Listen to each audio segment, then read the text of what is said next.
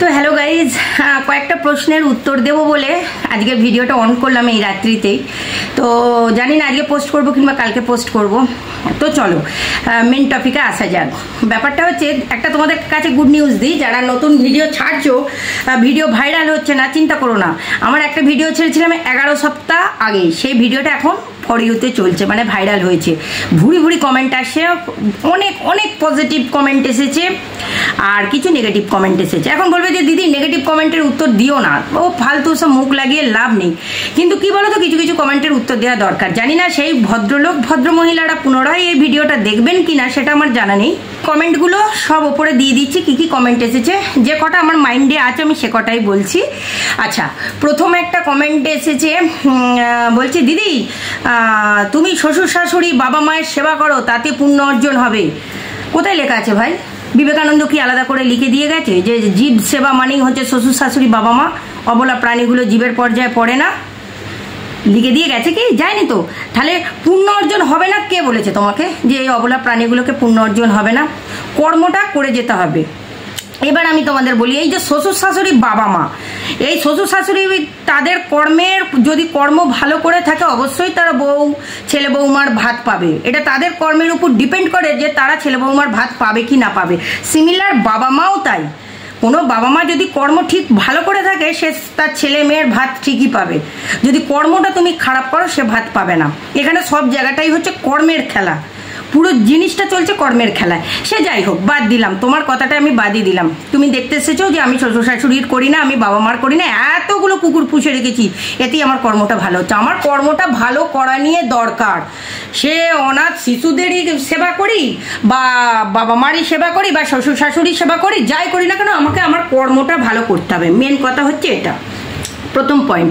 দ্বিতীয় পয়েন্ট হচ্ছে, এক দিদিভাই লিখেছে অনাথ বাচ্চা বাড়িতে এনে মানুষ করো। কেন আমি মানুষ করতে যাব? কেন অনাথ বাচ্চা আমি বাড়িতে এনে কেন মানুষ করব? তুমি কটা অনাথ বাচ্চা বাড়িতে নিয়ে যে মানুষ করছো? না নিজের বাচ্চাটাই অনাথ, তাই না? না নিজের বাচ্চাটাকে অনাথ আশ্রমে কোনো জায়গায় রেখে এসেছো? কোনটা? আমি কেন অনাথ বাচ্চা আমি বাড়িতে এনে মানুষ করব?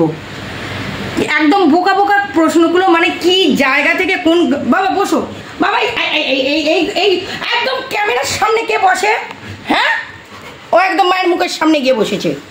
যাই হোক, এইবার আবার বলি, আর একটা কমেন্ট এসেছে, খুব হাস্যকর কমেন্ট, কিন্তু খুব ভালো লেগেছে আমার কমেন্টটা।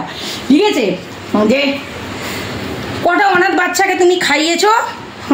কটা অনাথ বাচ্চাকে যে তুমি খাইয়েছো, ওই জন্যই তোমাকে কুকুরের মতো দেখতে। আচ্ছা, আমি অনাথ বাচ্চাকে খাওয়াইনি বলে আমাকে কুকুরের মতো দেখতে আমি প্রাউড ফিল করি। আমি প্রাউড ফিল করি যে আমায় কুকুরের মতো দেখতে। হাজার হোক মানুষের বাচ্চার মতো আমি বিশ্বাসঘাতক নই, ঠিক আছে? আমি স্বার্থপর নই। স্বার্থে আঘাত লাগলে এই ছোবলটা আমি তুলি না, এরা তোলে না। স্বার্থে আঘাত লাগলে ছোবল তোলে না। আপনি একটা মানুষের বাচ্চাকে, একটা মানুষকে বাড়িতে নেমন্তন্ন করে পাত পেড়ে পঞ্চ ব্যঞ্জন করে খাওয়ান, দাঁত খুঁটতে খুঁটতে বলবে তরকারিতে নুন কম, তেল কম, ঝাল কম। চিকেন খাইয়েছে, চিকেনটা রান্না না মটন খাওয়াতে পারতো। এইসব দেশি মাছ খাইয়েছে, একটুখানি ভালো মন্দ মাছ খাওয়াতে পারবে, নিন্দার ঝড় তুলে দেবে বাইরে বেরিয়ে। আর আপনি একটা বেলায় এদেরকে খাওয়াবেন, দেখবেন যখন রাস্তায় যেখানে সেখানে দেখা হবে ল্যাজ নাড়বে, কৃতজ্ঞতা স্বীকার করবে। মানুষ আর এই অবলা প্রাণীদের মধ্যে এটাই তফাৎ, কুত্তার মধ্যে এই তফাৎ। কুকুর কথাটাই আমি উল্লেখ করলাম।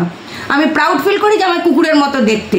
ওপরওয়ালার কাছে আমার ধন্যবাদ যে শুধু দেখাটা নয়, ওদের স্বভাবটাও যেন আমি পাই।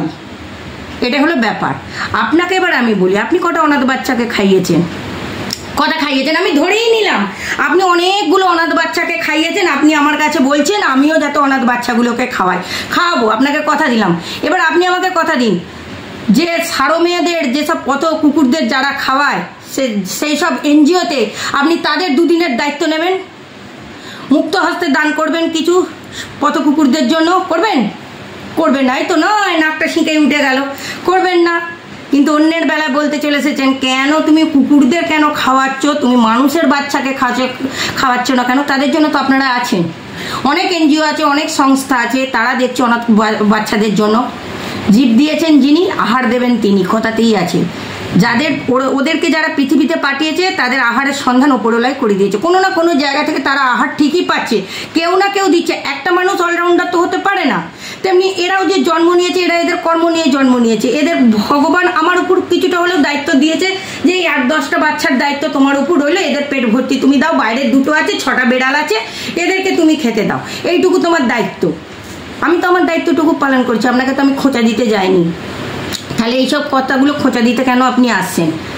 কেন আপনি আসছেন? আপনি কটা অনাথ বাচ্চাকে খাওয়াচ্ছেন আমি জানি না। আপনার যারা এই অবলা প্রাণীগুলোকে মনে প্রাণে দেখতে পারে না, সহ্য করতে পারে না, তারা, আমি মনে করি না যে তারা কোনো অনাথ বাচ্চা বা অনাথ শিশুকে খাওয়াতে পারে, এটা আমি মনে করি না।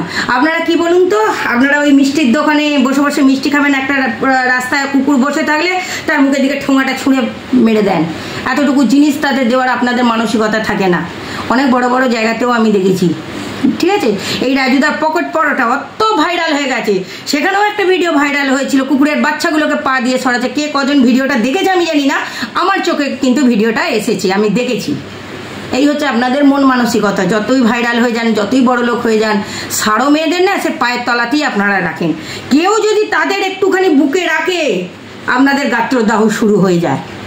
হ্যাঁ, আর একজন কি বলেছেন, কুকুরকে আমার প্রচুর ঘৃণা লাগে, আমার বাড়িতে বিড়াল আছে, প্রচুর ঘৃণা লাগে, কুকুর আমার প্রচুর ঘৃণা লাগে। আমারও মানুষ জাতিটাকে প্রচুর ঘৃণা লাগে, আপনাদের মতো মানুষগুলোকে প্রচুর ঘৃণা লাগে। আমি চাই না আমার পরিবারে তারা আসুক, আমার বাচ্চাদের ওই কুনজরে তারা দেখুক, আমিও চাই না। এদের নজর লেগে যাবে, আপনাদের ওই কুনজরের ঘেন্নার এই ব্যাকা চোখে দেখলে এদের নজর লেগে যাবে। আমি চাই না, আসবেন না, দেখবেন না। দেখলেই তো বুঝতে পারছেন, থাম্বনেলটা দেখলেই তো বুঝতে পারছেন সামনে যেটা কুত্তা নিয়ে ভিডিওটা হয়েছে। আমি দেখবো না, আমার ঘৃণা লাগে, আমি দেখবো না। দেখেও যাবেন, আমার ঘৃণা লাগে বলেও যাবেন। কেন ভাই? আসার তো কোনো দরকার নাই।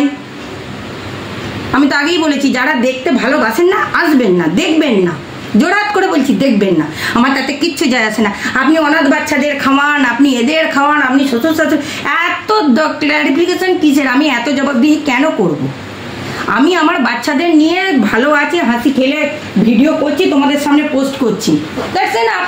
তোমাদের ভালো লাগে তোমরা দেখো, ভালো না লাগলে দেখবে না। এসব কথাবার্তা কি আছে? আমি কি তোমাদের বলেছি যে আমার বাচ্চাদের খাওয়ার জন্য তোমরা কিছু দাও, ডোনেট করো? বলেছি কি?